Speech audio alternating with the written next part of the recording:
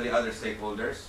Then the immediate community in which your factory operates, just think of the community of Fukushima nuclear reactor. You can imagine how their welfare has been harmed. No?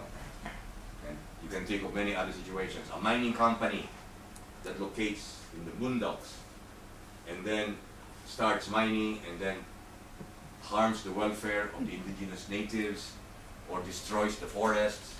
So you know very well that nowadays ecology is very important, and therefore a corporation must be very aware of its responsibility to the immediate environment in which it operates.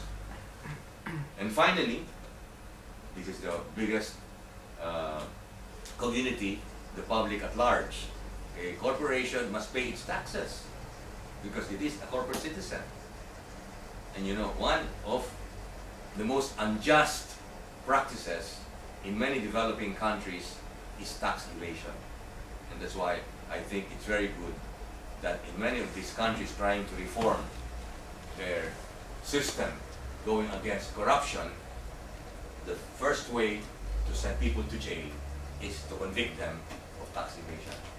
Because you know that in many societies, if you cannot convict them for murder because you cannot find the evidence, you look at their books and you can at least send them to jail for tax evasion. I'm sure you know about the famous case of Al Capone, who brought responsible for the murder of so many people, but they couldn't find enough evidence.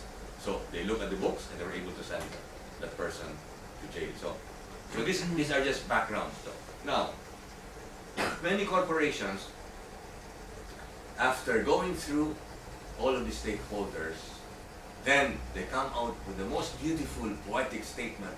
Our mission is to promote the greatest welfare of our consumers and the highest standards of living of our workers, etc., etc. And then they put it in a set, even in gold, and then they put in their annual report, very beautiful poetic statement of the mission. And then what happens? After they have the mission, they completely forget it and just focuses on profit, profit, and more profit. For those of you who have the time, do some research on all the annual reports of Enron before it was convicted, its executives convicted. The most beautiful statement about its social responsibility. In fact, nowadays, for those of you who are already studying some business courses, a very favorite expression is corporate social responsibility, CSR. In fact, there are full courses on CSR.